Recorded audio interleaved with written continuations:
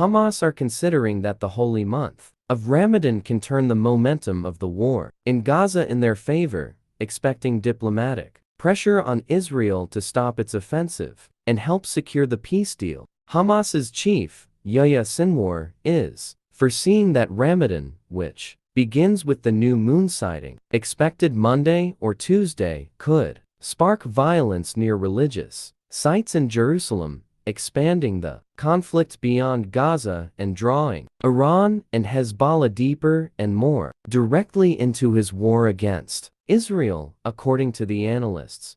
Israel has warned that unless a deal is reached to pause the fighting, its military will push ahead with plans to attack Hamas in its last stronghold of Rafah on Gaza's southern border, where an estimated 1.5 million displaced Palestinians are sheltering. Ceasefire talks are expected to continue, but their halting progress is increasing the likelihood of an Israeli assault against Hamas in Rafah, the last major city in Gaza that Israeli forces haven't taken. Hamas leaders' belief that the holy month will increase international pressure on Israel to end the war is why they keep saying they are in no rush to agree to a ceasefire, he said. It's a risky strategy by Israel. The humanitarian crisis in Gaza is worsening, with a growing share of the population struggling to find food. Discontent is rising over Hamas's refusal to agree to halt the fighting. In recent years, Ramadan has often been a month of increased violence between Israelis and Palestinians. During Ramadan, Muslims typically fast in daylight hours, pray at night, decorate their homes, and gather with family and friends in the evenings to breakfast. The lack of food in Gaza means this year many Palestinians will go hungry out of necessity, rather than ritual. Palestinians are not in a celebratory mood either. More than 30,000 residents of Gaza have been killed in Israel's invasion of the enclave. An Israeli ground assault in Rafah could cause a steep rise in that toll, as the city is covered in the tents of refugees from the rest of the Strip.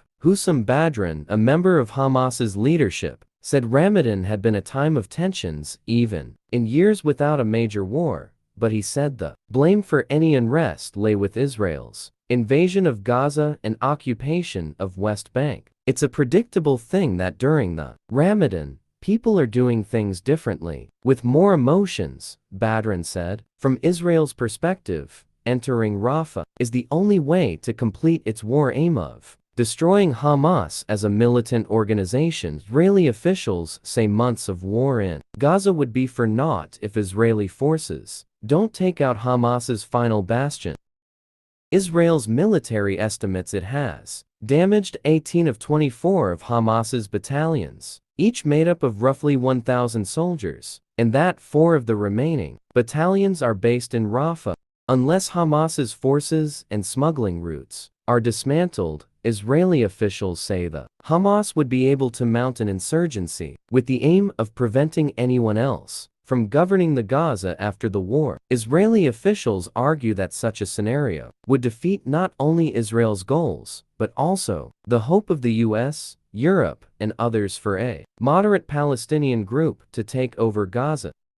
We can't leave a quarter of Hamas battalions in Rafah and say, well, that's fine, Israeli Prime Minister Benjamin Netanyahu said in an interview with CBS News. They will reconstitute themselves immediately, he explained. In recent weeks, Israel has demobilized tens of thousands of soldiers who were fighting in Gaza. Military analysts estimate it could quickly deploy them again to mount a ground assault in Rafah. Israel hasn't said exactly when it might launch such an operation. If talks for ceasefire fail, the US, Israel's most important ally, has called on Israel not to launch a Rafah ground operation until it has a credible plan to protect the densely packed population there. Launching a ground assault in Rafah during Ramadan would be risky, but Israel could lose momentum in the war if it waits, told Udi Dekel, a retired Israeli brigadier general and a researcher at the Institute for National Security Studies in Tel Aviv. Israel has delayed major ground operations in Rafah until now to allow time for negotiations aimed at a temporary ceasefire and the freeing of hostages, told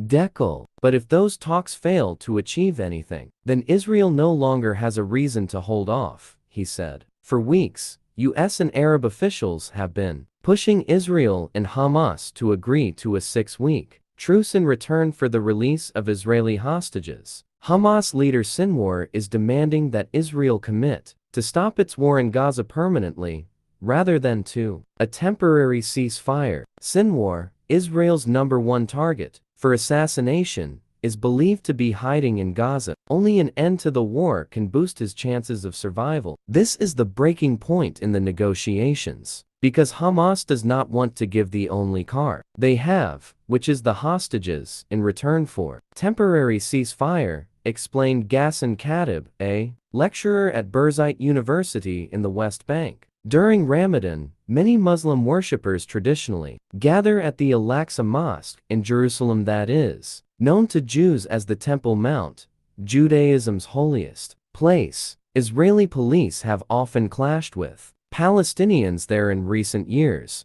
Tensions in Jerusalem and the West Bank have been high since the beginning of the war. Palestinians have attacked Israeli soldiers, and Israeli settlers have attacked Palestinian residents. Israeli government hasn't said yet how it will manage access for Palestinians to Holy Mosque. Previously, during heightened tension, Israel has blocked fighting-age men from the West Bank from entering Jerusalem. To reduce the risk of clashes, Palestinians say Israel is abusing its security control of the holy site. The threat of a broader regional conflagration is very limited, political analysts said. While Iranian proxy forces have attacked Israel, U.S. forces and international shipping in the Red Sea since the start of the war, neither Tehran nor its Lebanese ally Hezbollah seems to want an all-out war with Israel.